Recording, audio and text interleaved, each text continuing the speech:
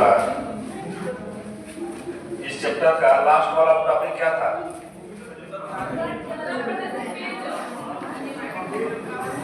पेयजल परियोजनाएं हो चुका था। प्रदेश में भूमिगत जल निष्कर्षण,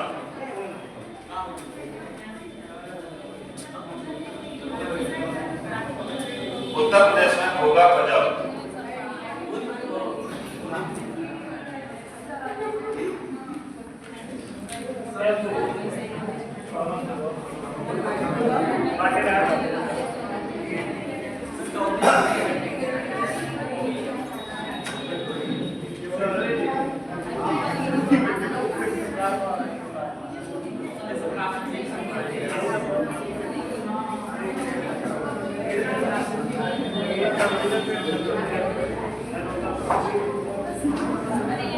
उत्तर प्रदेश में भूगर्भ जल, इसको बंद कर दो। उत्तर प्रदेश में भूगर्भ जल,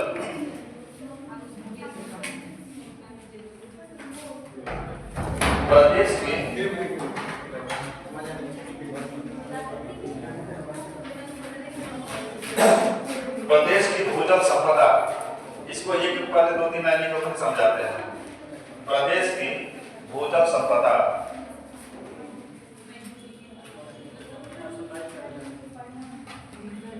प्रदेश की भूजल संपदा एवं उससे संबंधित समस्याओं, उससे संबंधित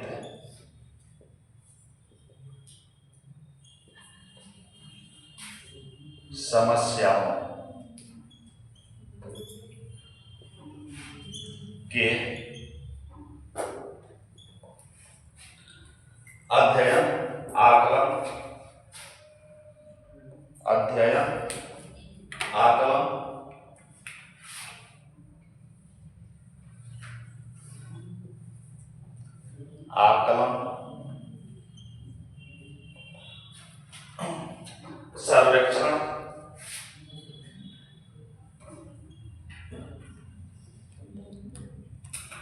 सर्वेक्षण,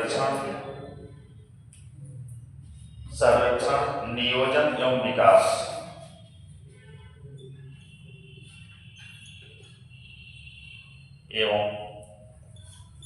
विकास, हेतु के लिए 1975 ईस्वी में यह क्वेश्चन पूछा गया है कि 1975 ईस्वी में या उत्तर प्रदेश में भूगर्भ जल विभाग की स्थापना कब हुई थी? 1975 ईस्वी में।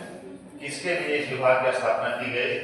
जो भूजल संपदा प्रदेश का है उसका अध्ययन किया जाए कि क्या कंडीशन, आकलन किया जाए, सर्वेक्षण किया जाए, नियोजन और विकास, इस संपदा को हम कैसे बढ़ा सकते हैं और किस तरह से जो है नियोजित करें ताकि कम से कम खर्च हो।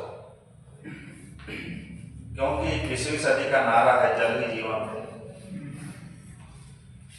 वैज्ञानिक दुनिया में सब कुछ बना लिए, लेकिन क्या जल बना पाए? अब बना पाएंगे ये भी क्लियर है, तो बना भी नहीं पाएंगे। और जल के बिना जीवन संभव नहीं है। जल नहीं तो कुछ नहीं। तो इसको ध्यान में रखते हुए 1975 ईस्वी में भूगर्भ जल विभाग की स्थापना की गई। प्रदेश में भूगर्भ जल विभाग की स्थापना।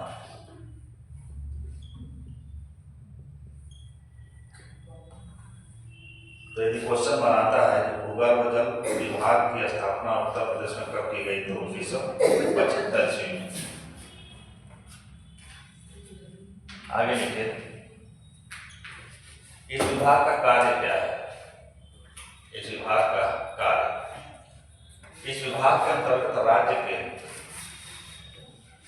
इस विभाग के अंतर्गत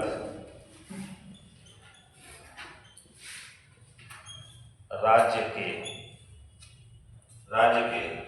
नगरीय व ग्रामीण क्षेत्रों में, राज्य के नगरीय एवं ग्रामीण क्षेत्रों में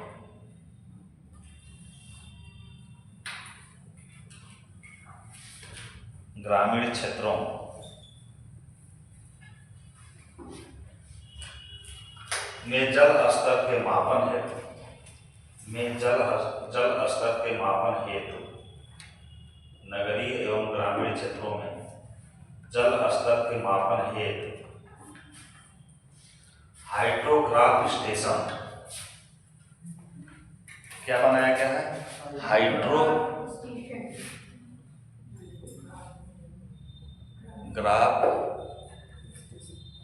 स्टेशनों का निर्माण किया गया है। यदि क्वेश्चन पूछता है कि भूगर्भ जल मापन के लिए किसका प्रयोग किया जाता है, तो किसको? हाइड्रोग्राफ स्टेशन या हाइड्रोग्राफ डालेगा। हाइड्रोग्राफ का मतलब कि भूगर्भ जल के मापन हेतु जिस पद्धति का हम उपयोग करते हैं उसको हम कहते हैं हाइड्रोग्राफ, या इसको हिंदी में कहते हैं निरीक्षण कूप। निरीक्षण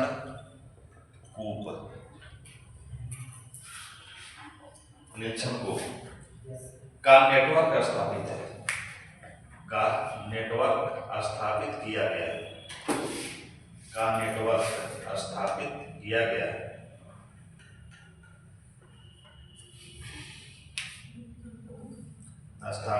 गया है, जिन पर वर्ष में 6 बार इन स्टेशनों पर मापन होता है प्रदेश में, अपने प्रदेश में 6 बार। कब? जनवरी में होता है,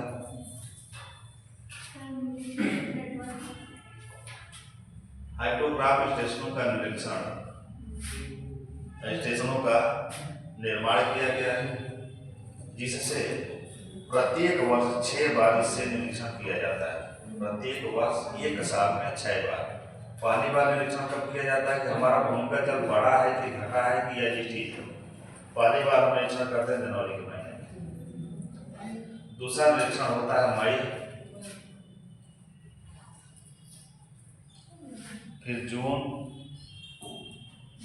जनवरी, मई, जून, अगस्त, अक्टूबर और नवंबर।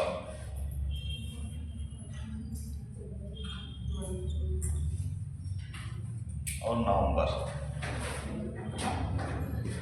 6 बार 1 साल में हम इस विधि से अपने भूमिगत जल का मापन करते हैं। सर क्या लिखा? जनवरी, मई, जून, अगस्त, अक्टूबर और नवंबर। फरवरी माह में क्यों नहीं होता? हाँ, फरवरी माह जनवरी में एक बार कर लिए रहते हैं, फिर आगे चल के जब तेज गर्मी आती है तब देखते हैं कि इसमें जो है हमारा भूमिगत जल की कंडीशन क्या है।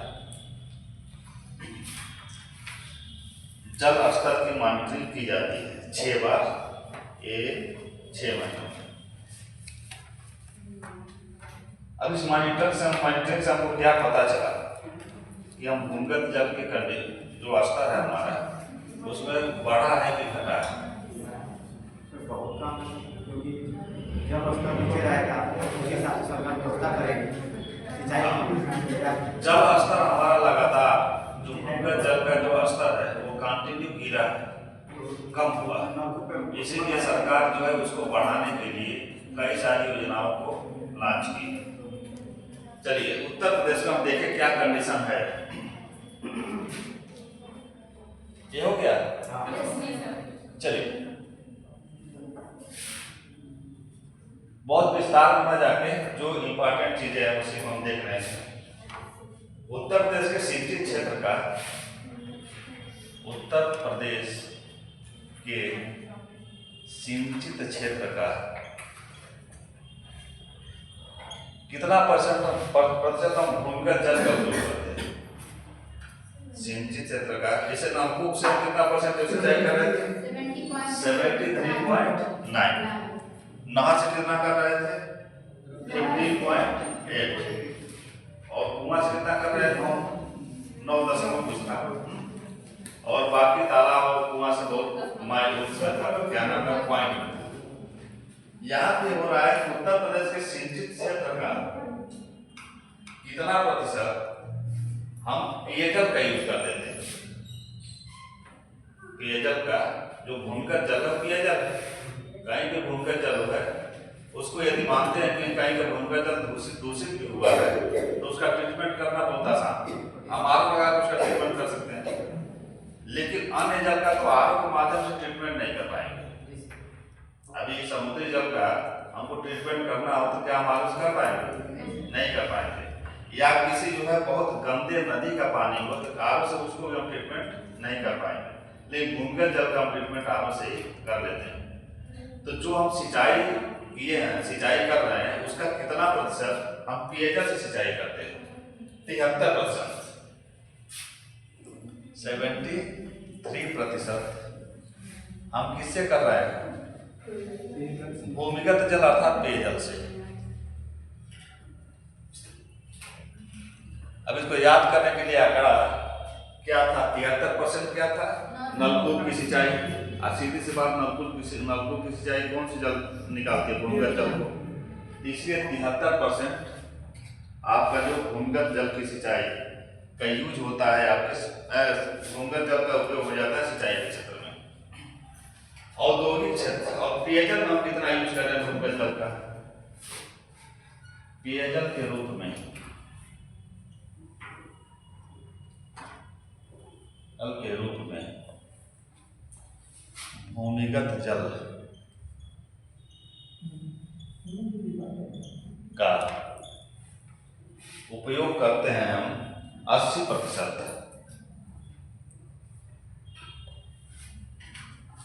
20% पेयजल में अन्य माध्यम से हम ले लेते हैं। हो सकता है मान लो कि अभी हम लोग पढ़े थे क्या, नदियों के माध्यम से पेयजल, जैसे कि लौकुश बैराज है, आगरा बैराज है, ये पेयजल परियोजना है। तो 20% की आपूर्ति हम नदियों के बैराज बना के पेयजल की आपूर्ति कर लेते हैं। लेकिन अपने प्रदेश में 80% पेयजल के रूप में भी भूमिगत जल का उपयोग करते हैं। औद्योगिक क्षेत्र,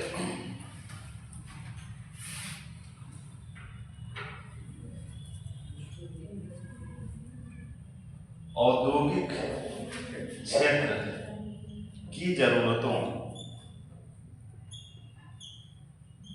का 85%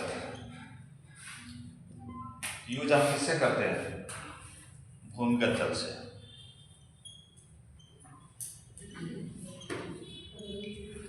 क्लियर नहीं हो रहा है क्या? जैसे जितना हम औद्योगिक क्षेत्र में सब 100% यूज करेंगे पानी, तो उस 100% का 85% हम जमीन के नीचे से निकाल रहे हैं औद्योगिक क्षेत्र में।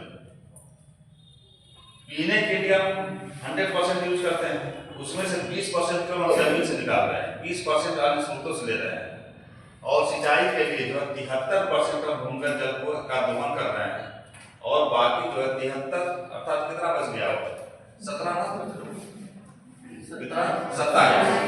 27% हम अन्य स्रोतों से, जैसे मान लीजिए कुआं से सिंचाई कर लेते हैं, नहरों से सिंचाई कर लेते हैं, तालाब से सिंचाई कर लेते हैं। तो हमारे कहने वाले डाटा क्या है कि इस सेक्टर के 100% का कितना परसेंट हम भूमिगत जल का दोहन कर रहे हैं? क्या करें? नहीं क्लियर हो रहा है। सब अलग अलग 100% डाटा है, और 100% में इतना परसेंट हम भूमिगत जल से दे रहे हैं, और जो बाकी जल है वो हम अन्य स्रोतों से यूज कर रहे हैं। जब इतना हम दोहन करेंगे, इतना दोहन का मतलब क्या है? कि हमारा भूमिगत जल का स्तर गिरेगा। अब पहले की अपेक्षा वर्षा का भी जो रेशियो है वो घटा है, बढ़ा है? घटा। इसीलिए जो पर्यावरणविद हैं उनका यह मानना है कि जब औद्योगिक क्रांति नहीं हुई थी तो भूमिगत जल का स्तर जो उस समय बरकरार था वही रेशियो मेंटेन होना चाहिए। उसके लिए हम क्या करें? क्या करना चाहिए आपको? फ्रेंड्स बताओ, यदि लिखना हो मेंस में क्या काम करें जिससे कि हमारा भूमिगत जल पे रिचार्ज हो जाएगा उस तरह से? प्लांट लगाना उतना तो नहीं हो पाएगा। हाँ, एक प्रोजेक्ट जल की जहाँ भी बात आई, चाहे भूमिगत जल की बात हो, पारिस्थितिकी पर्यावरण की बात हो, सब में आप नदी जोड़ो परियोजना, हमारे जो महत्वाकांक्षी परियोजना है उसका जिक्र आप कर सकते हैं। नदी जोड़ो परियोजना सफल हो न हो, हमारा उसका कोई मतलब नहीं है। हम सुझाव दे सकते हैं कि नदी जोड़ो परियोजना यदि अपने उत्तर प्रदेश वाले लिए मतलब जहाँ पे भी उत्तर भारत में इसको लागू कर दिया जाए तो भूमिगत जल अपने आप रिचार्ज होता रहेगा। हर जगह रेन वाटर हार्वेस्टिंग तो आपको हर जगह दिखाना ही दिखाना है। ये बताइए सबसे शुद्ध जल कौन सा होता है? वर्षा का जल होता है। और उस शुद्ध जल को हम नदियों के माध्यम से कहाँ भेज दे रहे हैं? खारे पानी के रूप में समुद्र में भेज दे रहे हैं। इसका मतलब कि हमारे पास वाटर मैनेजमेंट का कोई जो है एक पुख्ता तरीका जो है वो नहीं है। जो एक पुख्ता तरीका होता है कि हम इस तरह से वाटर को जो है मैनेज कर लेंगे, वो नहीं कर पा रहे हैं। जबकि प्रकृति हमको अमृत तुल्य जल दे रही है मानसूनी वर्षा के रूप में, हम नहीं कर पा रहे हैं। तो ये इंसान की कमी है कि भगवान की? इंसान की कमी है। हम निरंतर दोहन तो कर रहे हैं, निरंतर दोहन हम कर रहे हैं, लेकिन हम ये नहीं सोच पा रहे हैं कि इसका जो है ये सीमित मात्रा में कुछ दिन तक चलने वाले हैं। इसी स्तर से हम दोहन करते रह गए तो सारा का सारा खत्म हो जाएगा। इसीलिए सरकार कौन सा विकास लेके आई? समावेशी विकास। जब आप साथ पढ़ोगे ना, समावेशी विकास आया। समावेशी विकास इसीलिए आया, इसका परिभाषा यही है कि हम इस तरह इस सोच के साथ ये प्राकृतिक संपदा का यूज करें ताकि आने वाली पीढ़ियों के लिए बनी रहे। तो आने वाली पीढ़ियों के लिए कब बने रहेंगे? जब हम जो है अनियंत्रित और अवैज्ञानिक तरीके से दोहन न करके वैज्ञानिक तरीके से दोहन करेंगे और नियंत्रित दोहन करेंगे। समावेशी विकास का एक दूसरा नाम भी दिया गया है, पोषण क्षम्य उपभोग। पोषण क्षम्य उपभोग।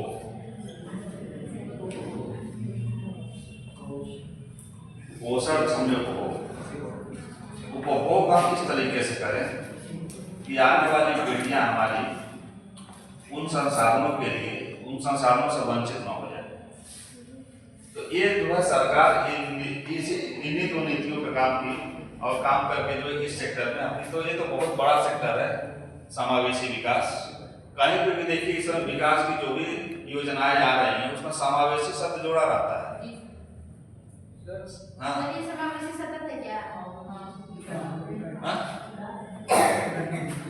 सतत समावेशी के पहले सतत लगा। सतत का मतलब कंटिन्यू। हम ऐसे उपभोग करेंगे जिससे कंटिन्यू अगली पीढ़ी के लिए वो संसाधन बचे रहे। क्या कर रहे थे? सस्टेनेबल डेवलपमेंट वही तो है। हाँ, तो एक ही चीज है, जैसे कि सतत जोड़ दिया गया इसलिए इसी तरह से हम कंटिन्यू उपभोग करेंगे। तो इस पे ये तो अर्थशास्त्र का टॉपिक है, लेकिन ये हम यूज करते हैं किसमें? भूमिगत जल भी हमारा क्या है?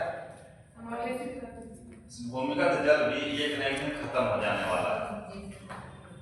तो इसलिए सरकार ये चाहती है कि हम कुछ ऐसा तरीका अपनाएं जिससे कि हमारा अमृत तुल्य जल जो भूमिगत जल है ये खत्म न हो। चलिए ये डाटा क्लियर रखिए। उत्तर प्रदेश सिंचित क्षेत्र का 73% भूमिगत जल से सिंचाई होती है। पेयजल के रूप में जितना हम यूज करते हैं उसका 80% भूमिगत जल का यूज करते हैं और औद्योगिक क्षेत्र की जरूरतों का 85% केवल हम भूमिगत जल का यूज करते हैं।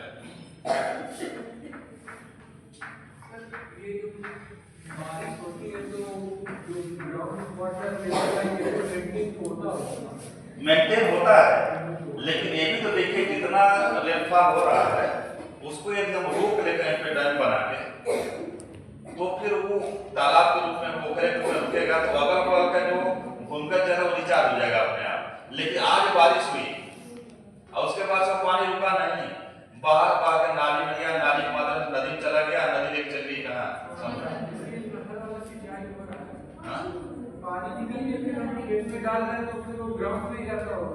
नहीं तो वह इतना अधिक हम पानी नहीं लगाते हैं सिंचाई के लिए, अगर वो भूमिगत जल के पास तक पहुंचे कितना सेंटीमीटर सिंचाई कर देते हैं, कितना सेंटीमीटर आप सिंचाई करते हो। भूमिगत जल रिचार्ज तब होता है ना जब एक जगह पानी लगभग 2 से 3 महीना तक इकट्ठा रहे, तब वो पानी इससे कहाँ जाता है भूमिगत भूमि में। एक दिन की सिंचाई से मान लो कि अब सिंचाई करने गए, हफ्ता लेके चले गए, अब उससे कहो भूमिगत जल रिचार्ज हो जाएगा, हो पाएगा?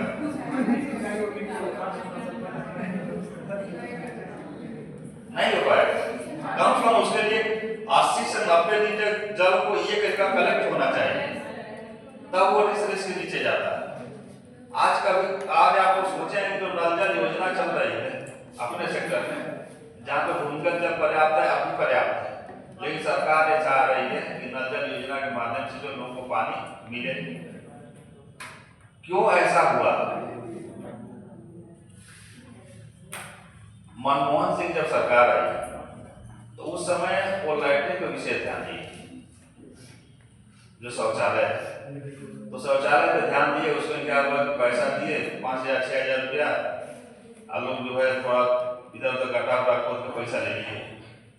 जब मोदी आए तो 20,000 रुपये कर दिए, 12,000 थी 20,000, 12,000। उसमें 6,000 रुपया आप जो है 50% कंप्लीट करने के तब, और 50% देंगे जो 6,000 रुपया का जब पूरा कंप्लीट हो जाएगा, अच्छा तो लगाना आपका था। इसमें लोग थोड़ा जागरूक हुए, पहले की अपेक्षा जागरूक हुए। क्या किए कि 12,000 में 8-10,000 और लगा दिए, लगाए कि नहीं अपने यहाँ से 8-10,000 लगा दिए। 20-25,000 में बड़े गड्ढे वाला जो है शौचालय बन गया, और घर घर बन गया। हम पानी किससे पी रहे थे? हैंडपंप से। 40 से 50 फीट पे आपके हैंडपंप थे गाँव में, थे कि नहीं? सरकार का सर्वे चलता रहता है, आप हम नहीं जान पाते हैं। वहां पे क्या हुआ, आखिर जब हम 7 से 8 फीट का नीचे गड्ढा खोद दिए शौचालय के लिए, अब 50 फीट नीचे से हम पानी ले रहे हैं पीने के लिए, और वो गड्ढा जो चल रहा है मान लीजिए 5 साल से, वो पानी जब वो नीचे गया भूमिगत जल में, तो जल हो गया दूषित, जल दूषित हो गया।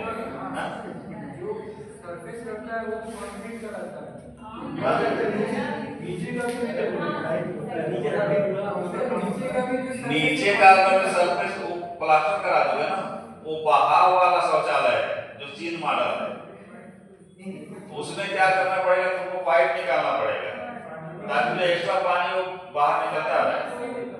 कहाँ पे नहीं होता गांव में, नीचे प्लास्टर कहाँ होता है,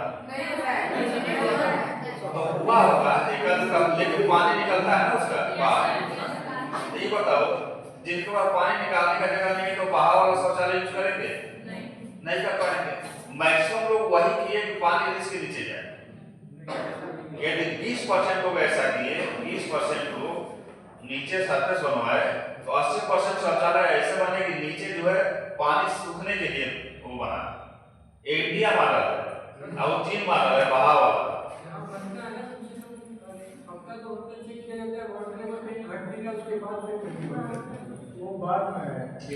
कहाँ के तुम शहर से हो?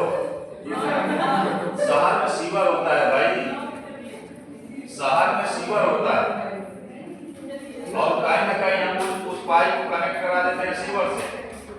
गांव में उस पानी किसके दरवाजे पर?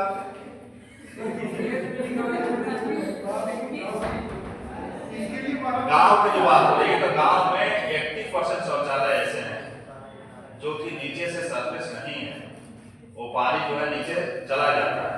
अब उसी के बगल में हैंडपंप 50 फीट का पानी। तब सरकार को लगा कि कहीं महामारी ना आ जाए, इसलिए जल जीवन मिशन लेके आए। जल जीवन मिशन के तहत हर एक ग्राम सभा में क्या हुआ, टंकी बनाई गई और हर घर में जो है जल पहुंचाया गया। ठीक है, उस प्रोजेक्ट में मैं काम किया जल जीवन मिशन में, वैष्णव ठेका लेता था।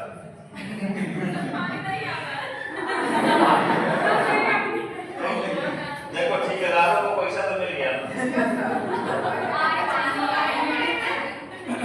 ये ग्राम सभा का जो पहुंचता था ठेका, तो टोटल जो मेन कंपनी गारंटी लेती थी तो 3 करोड़ पहुंचता था। 3 करोड़ में ठेकेदार 1.5 करोड़ खर्च कर देता ना, तो सबके यहाँ जल मिलता। 3 करोड़ में बोरिंग कराना, 3 करोड़ में बोरिंग कराना, फिर पतला वाला पाइप बिछवाना और घर घर में जो है नल लगवाना, ये सब था एक ग्राम पंचायत।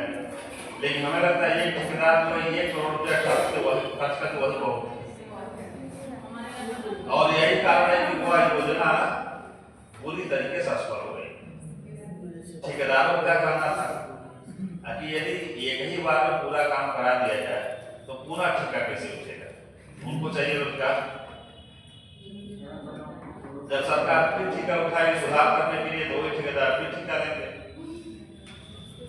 तो वह जो बोरिंग हो रही थी तो लगभग 450-500 फीट नीचे जा रहा था पानी। अब ये जो है शौचालय का जल 450-500 फीट नीचे लगभग 100 साल तक भी इसके नहीं जा पाएगा, नहीं जा पाएगा। जब तक हमको बीच में एक बड़ा चट्टान नहीं मिलेगा, उस चट्टान को तोड़ के मशीन से नीचे नहीं जाएंगे, तब तक जो है आपका बोरिंग पास नहीं होगा।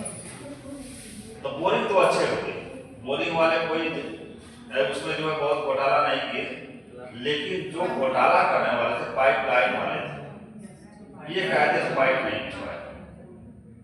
यही कारण है कि अब बोरिंग अच्छा हो गया, टंकी भी ठीक ठाक बन गई, टंकी से पानी सप्लाई होता है लेकिन नल तक नहीं पहुंचता है, बीच में ही खत्म हो जाता है। चलिए, तो हम ये कह रहे थे कि इतना यूज है भूमिगत जल का, और इसका हम क्या करेंगे। अगला चलिए, भूगर्भ जल आकलन 2023 की रिपोर्ट के अनुसार अगला टॉपिक है भूगर्भ जल आकलन।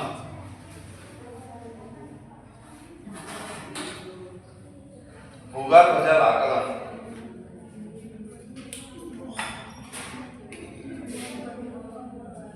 भूगर्भ जल आकलन 2023 के अनुसार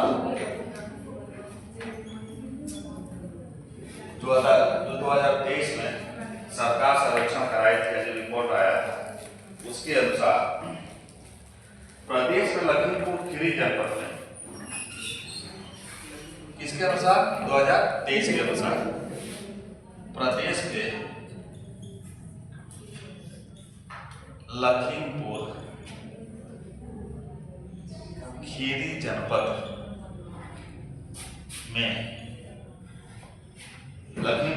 जनपद में सर्वाधिक भूजल उपलब्धता पाई गई।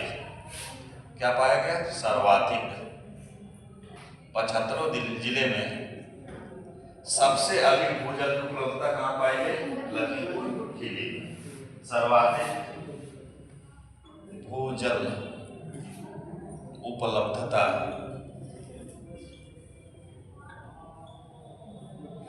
पाई गई।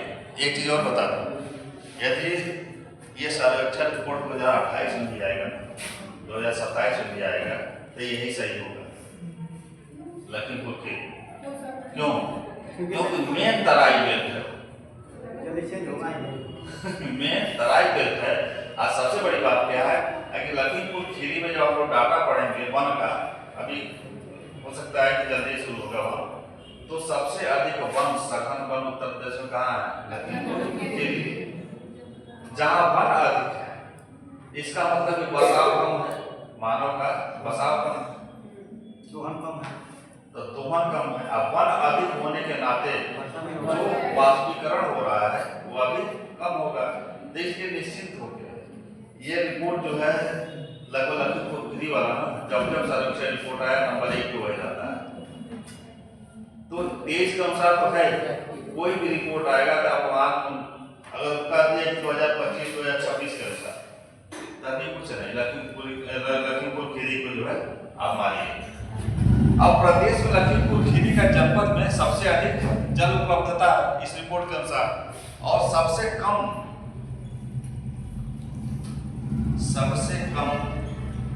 भूमिगत जल उपलब्धता।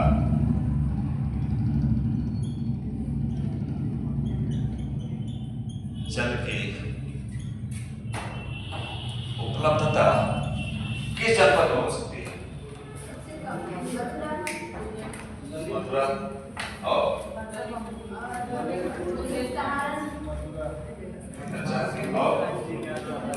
सहारनपुर पहाड़ी है, इसलिए वहां भूमिगत जल नहीं होगा। सबसे कम बुंदेलखंड वाला एरिया उसमें क्या है? महोबा।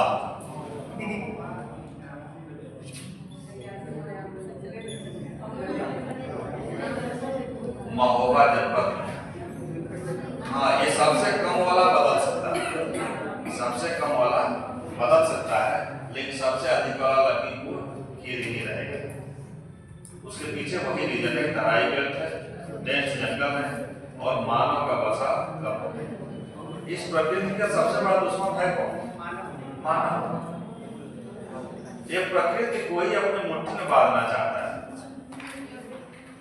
और औद्योगिक क्रांति हुई, इसीलिए कोई भी रिपोर्ट जो आते हैं, कोई भी सम्मेलन होता है पर्यावरण से रिलेटेड, तो उसमें यही कहा जाता है कि औद्योगिक क्रांति के पहले जो स्थिति थी उसी पे हमको आना है, जब कभी नहीं आ पाए, ये क्लियर है, कभी नहीं आ पाए।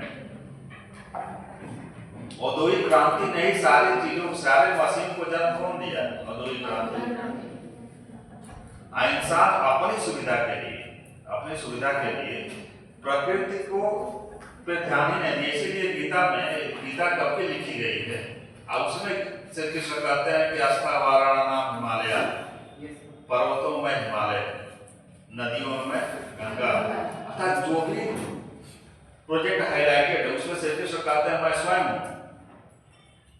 और आगे कहते हैं अर्जुन, इंसान जब हमारे इस रूप पे क्षति पहुंचाता है तो मैं विकराल रूप को धारण कर लेता हूं, और जब मैं विकराल रूप को धारण कर लेता हूं तो इंसान को निपटने के लिए सदियों लग जाते हैं, है कि नहीं? मान लो विकराल रूप धारण कर लेते हैं, सुनामी आ जाए, भूकंप आ जाए, बस हमारा भी विकराल रूप नहीं है, छोटा रूप। सूखा भी उनका एक रूप ही है।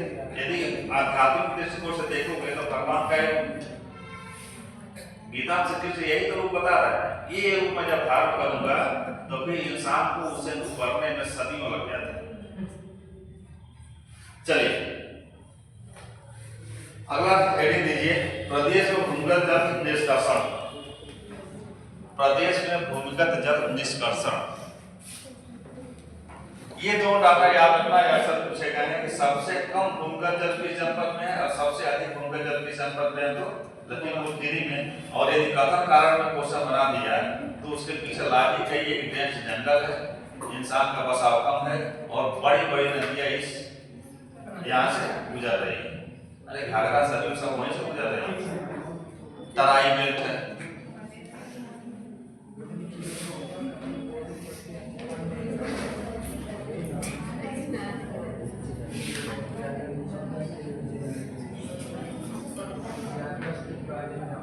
चलिए प्रदेश में भूमिगत जल निष्कर्षण। प्रदेश में भूमिगत जल का निष्कर्षण। निष्कर्षण का मतलब क्या है? दो हम यूज निष्कर्षण का मतलब हिंदी में होता है दो हम। मतलब शुद्धिकरण नहीं, निष्कर्षण शुद्धिकरण नहीं है, ट्रीटमेंट नहीं है, ये जो है दोहन है। हम कैसे खींच रहे हैं जल को, चलिए यहाँ पे डाटा थोड़ा एक बार और डाटा को ध्यान देना कि कुल भूमिगत जल के निष्कर्षण का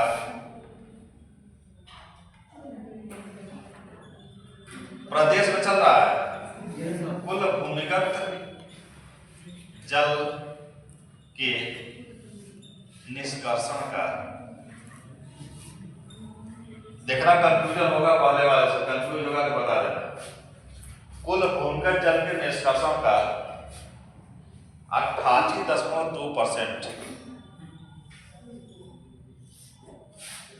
हम कृषि के लिए करते हैं।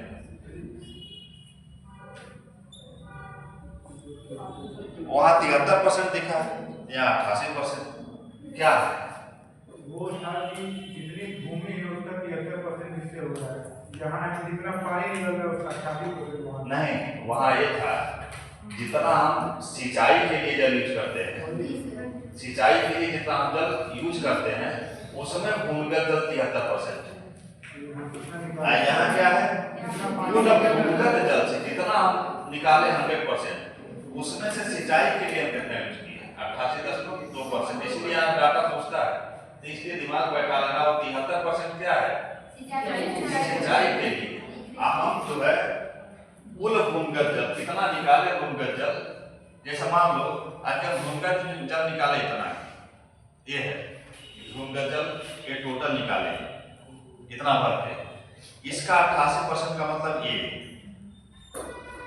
इतना हम यूज करते हैं किसमें, सिंचाई में।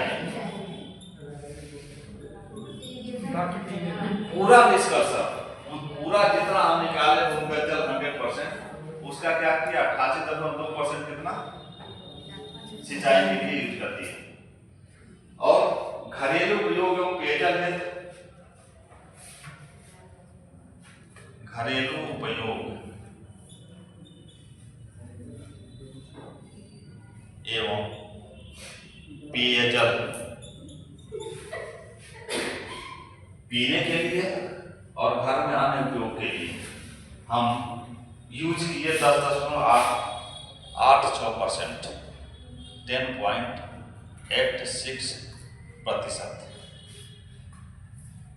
कुल निष्कर्षण का 100 लीटर हम निकाल, मान लो कि एक साल में जमीन से हम 100 लीटर पानी निकाले, तो 100 लीटर में से 88.2 लीटर क्या करती है, कृषि के लिए जो है पटौनी करती है, सिंचाई करती है।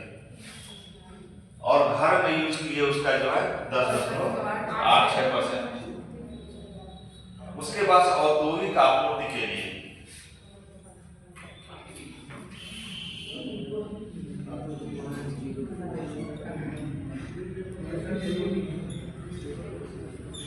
भूमिगत जल का जो निष्कर्षण किए उसमें औद्योगिक आपूर्ति के लिए हमने यूज किया 9.4%, 0.94%, 0.94%।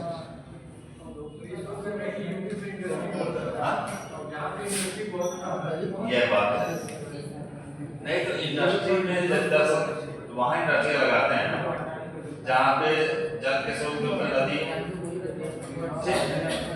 हम नदी के जल का ट्रीटमेंट करके जो है इंडस्ट्री यूज कर लेते हैं।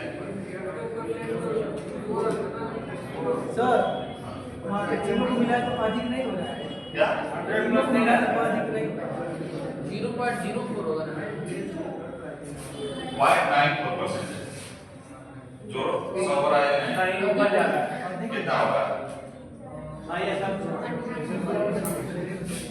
ये बताओ 88.20, ठीक, 10.86 अब 0.94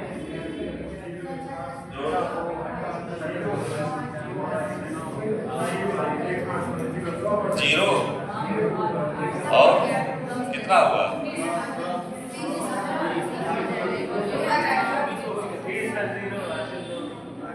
हो गया हो गया कि नहीं, हो गया हो गया, हाँ सर, कोई दिक्कत, नहीं जीरो जीरो। और यहाँ पे हो गया 2 और 1, 10 का किलो का 0 हो जाएगा। अच्छा 8 तो 10, 10 का 0 8 और उसके बाद ये हो गया 1 10। हो गया 100 यार दशमलव के बाद जब 2 है तो इसका मान के चलो कि आगे भी 0 होगा। ठीक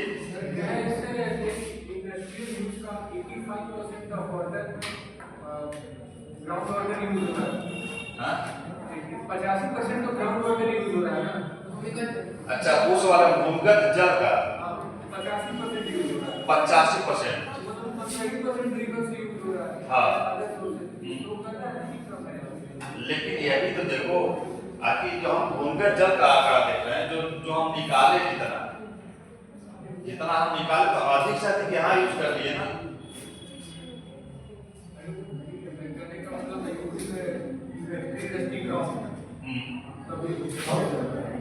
तो इंडस्ट्री कम नहीं, यदि इंडस्ट्री कम नहीं होती ये बताओ इतनी बेरोजगारी होती, इतनी अधिक बेरोजगारी तो होती नहीं। और मजबूर होकर लड़कों को एसएससी और सीट की तैयारी क्यों करनी पड़ती? कोई पढ़ना चाहता है लोग? यदि गोरखपुर में मान लो कि 5 बड़ी बड़ी इंडस्ट्रियां होती, टाटा की, बिरला की, इन सब का जो है रिलायंस वगैरह का, और वो होती 4-5 किलोमीटर में जहाँ पे होती हैं सब बड़ी बड़ी होती हैं, तो बहुत आबादी वहीं पर रोजगार पाया जाता, प्रत्यक्ष और अप्रत्यक्ष रूप से, डायरेक्ट या इनडायरेक्ट। डायरेक्ट रूप से कैसे रोजगार पाता, वहां पे नियोजित हो जाता, भर्ती हो जाता। इनडायरेक्ट रूप से क्या होता? सही बात है, फूड सेक्टर में आ जाता, अन्य दुकान खोलता। वहां पे मान लो कि जब स्कूल खोलते तो वहां पे टीचर हो जाते प्राइवेट। तो यही है ना, इसीलिए तो जो जब मंदी जब आती है तो पूरे सेक्टर को क्यों गिरा देती है? क्योंकि ये चेन है। हमको लगता है ना अभी सरकार एक कंपनी देवलिया में स्थापित कर रही है, लगता है, लेकिन एक कंपनी स्थापित जब करती है सरकार या कोई बहुत बड़ा उद्योगपति, तो अगर वो प्रत्यक्ष रूप से उसमें 1000 लोग नौकरी पा रहे हैं, तो मान के चलो कि अप्रत्यक्ष रूप से उस सेक्टर में कितने लोग नौकरी पा जाएंगे? अनुमानित कम से कम 5 गुना लोग नौकरी पाते हैं। छोटे छोटे सेक्टर उठा के देखो, दूध के सेक्टर से उठाओ, दूध चाहिए उन लोगों को, जो 1000 लोग रहेंगे, दूध चाहिए कि नहीं? दूध चाहिए। उनके बच्चों को पढ़ने के लिए अच्छा स्कूल चाहिए, मेडिसिन चाहिए।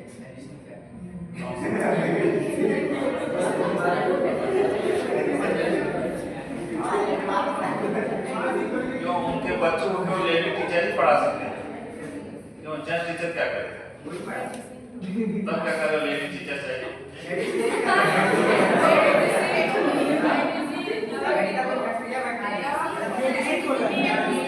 मैं बोला तो नहीं क्या बोला? हाँ मेडिसिन, अच्छा मेडिसिन, चलो हमको सुनने में गलती हो गई। मेडिसिन सही बात, मेडिसिन चाहिए। बिस्किट, टॉफी, चॉकलेट भी चाहिए, कुरकुरे, मोमोज भी चाहिए। शाम को खाना खाने के बाद हम फली खाएंगे,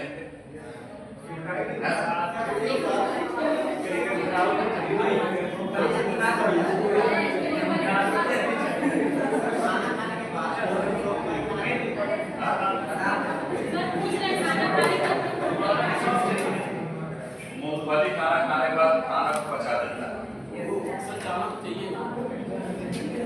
और देखो उसमें कुछ ऐसा पाया जाता है, अच्छा तो ये सब के नाते जो उसको खाना खाने को चलिए अब शांत हो जाओ। तो इस तरह से अप्रत्यक्ष रूप से 1000 की जगह पे उसके कम से कम 5 गुना लोग अप्रत्यक्ष रूप से पाते हैं। अब वहीं जब मंदी आ जाती है तो क्या होता है? मंदी आती है तो उस कंपनी में ताला लग जाता है, लगा कि नहीं ताला? ताला जब ताला लगेगा 1000 लोग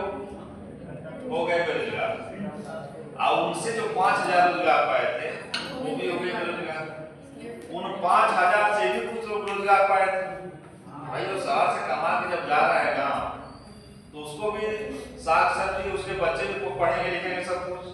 अब ये तो यही है मंदी, एक जगह छोटी जगह से मंदी शुरू होती है और कुछ दिन में ये पूरे अपने उस देश को अपने आगोश में लेती है। यदि इसको कंट्रोल नहीं किया गया तो ये मंदी पूरी दुनिया में हावी हो जाती है। जैसे 2006-07 की जो मंदी आई थी, वैश्विक लेवल पर मंदी आई थी, लेकिन पूरी दुनिया में एक देश बच गया, वो था भारत। यहाँ मंदी कुछ नहीं कर पाई। यहाँ तक कि उस समय भारत के गौरव का आभास हुआ कि उस समय जॉर्ज बुश की सरकार थी अमेरिका में, और जॉर्ज बुश के सम्मेलन में मनमोहन सिंह गए थे। मनमोहन सिंह प्राइम मिनिस्टर थे। जॉर्ज बुश अपने कुर्सी से उठ के बगल की कुर्सी में आके बैठे मनमोहन सिंह के बगल में।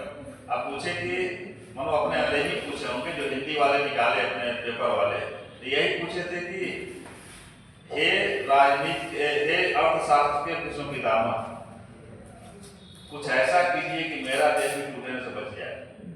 ये कंडीशन। अब मनमोहन सिंह को मुस्कुरा के बोलते होते थे।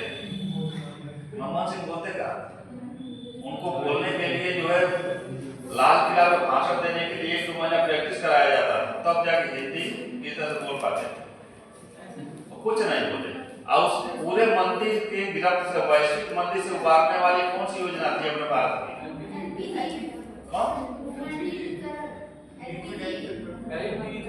एलपीजी वो योजना है, वो एलपीजी फार्मूला है भाई।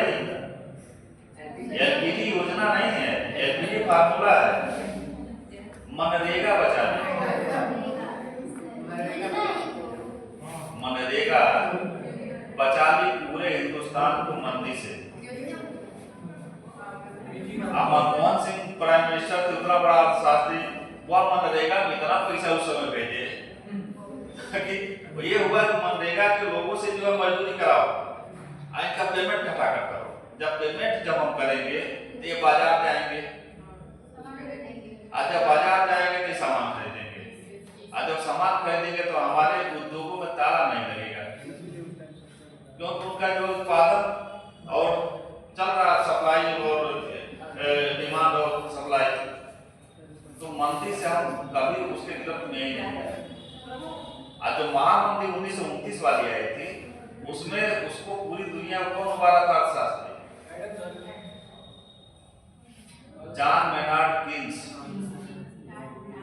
एक बहुत बड़ा अर्थशास्त्री था। अब उनसे छोटे अर्थशास्त्री मनमोहन सिंह भी नहीं थे, बस ये है कि वो अमेरिका का था और इंडिया का। यदि मनमोहन सिंह अपने जमाने में अमेरिका के होते तो वो भी वर्ल्ड लेवल के अर्थशास्त्री होते। मनमोहन सिंह की कम से कम सैकड़ों किताबें हैं अर्थशास्त्र पे। उनको तो पकड़ के लाया सब, वो तो पढ़ाने वाले आदमी थे। पकड़ के लेके आए तो आते ही क्या कि हिंदुस्तान में कौन सा फार्मूला दिया? एलपीजी, लिबरलाइजेशन, प्राइवेटाइजेशन और ग्लोबलाइजेशन। नरसिम्हा राव को समझाया कि जब पूरी दुनिया खुल चुकी है तो आप आयात प्रतिस्थापन की नीति को लेकर क्यों बैठे हुए हैं? क्योंकि आयात प्रतिस्थापन की नीति का मतलब यह था कि एक कंपनी आई, ईस्ट इंडिया कंपनी, और भारत को बुला कर, लेकिन अपने यहाँ के लोगों को समझा पाना भी मुश्किल है। इनको लगता था कि फिर कंपनियां आएंगी बात खत्म हो जाएगा। इनको ये नहीं पता था कि आज जो है पहले की दुनिया नहीं है। आज हमारे पास जो है व्यवसायिक आदमी, स्टैंडर्ड आदमी है, और एक यूनाइट गवर्नमेंट है। एक कंपनी जो है माथा रगड़ के मर जाए सभी जो है भारत कुछ कानून का नहीं पाएगी। तब 91 में हुआ, इसलिए भुखमरी से गुजरने के लिए फार्मूला को अपनाया गया कि ये कहा गया कि हमारा पैसा है ही नहीं, हम करें तो क्या करें? कहा कि पैसा तो आपके देश में है, पैसा आपके देश में, बस सरकार के पास पैसा नहीं, लोगों के पास तो पैसा है। ये उद्योगपतियों से पैसा लीजिए, उद्योगपतियों से पैसा लीजिए और ट्रिपल की इमारत लेके आइए। ट्रिपल पी, एलपीजी का अगला स्टेप था triple P, public private partnership. जो 80 की स्पीड में बाइक दौड़ा ले रहा है ना, पैसा सरकार का नहीं है। चलो ये आपके साथ नहीं है उत्तर प्रदेश।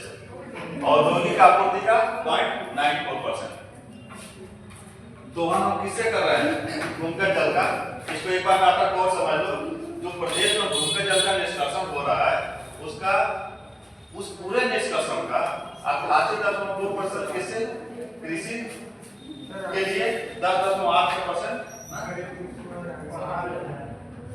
अरे सर है बच गया। चलो ठीक है, हम तो सोचे थे कि आज उतना पहले हम लेट से आए।